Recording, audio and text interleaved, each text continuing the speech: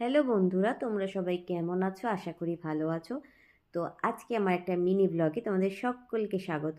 আচ্ছা বলো তো, এই ঠান্ডার সন্ধেবেলা একটুখানি পাস্তা হলে কেমন হয়?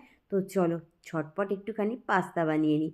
তো প্রথমে পাস্তাটা একটু গরম জল করে আমি সেদ্ধ করে নিয়েছি। সেদ্ধ করে আমি পাস্তাটা জল ঝরিয়ে রেখে দিয়েছি। এবার আমি দিয়ে দিয়েছি কড়াইয়ে সাদা তেল। তো বাড়িতে যা যা সবজি ছিল সেটা দিয়েই আমি আজকে পাস্তাটা বানাবো, কারণ বাড়িতে আমার ডিম নেই।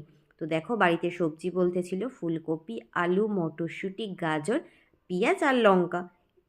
তো এই দিয়েই আমি আমার পাস্তাটা আজকে বানাবো। তো চলো ঝটপট পাস্তাটা বানিয়ে নিই, কারণ প্রচণ্ড খিদে পেয়েছে এই ঠান্ডাতে। তো দেখো, কড়াইয়ে তেল দিয়ে তেল কিন্তু গরম হয়ে গেছে। এবার আমি সবজিগুলো ঢেলে দিয়েছি। সবজিগুলো যখন হালকা নরম হয়ে যাবে, ঠিক সেই সময় আমি নুন আর হলুদ দিয়ে সবজিটাকে চাপা দিয়ে রেখে দেব। দেখো, ঠিক 10 মিনিট পর আমি আসবো। এসে যখন দেখবো যে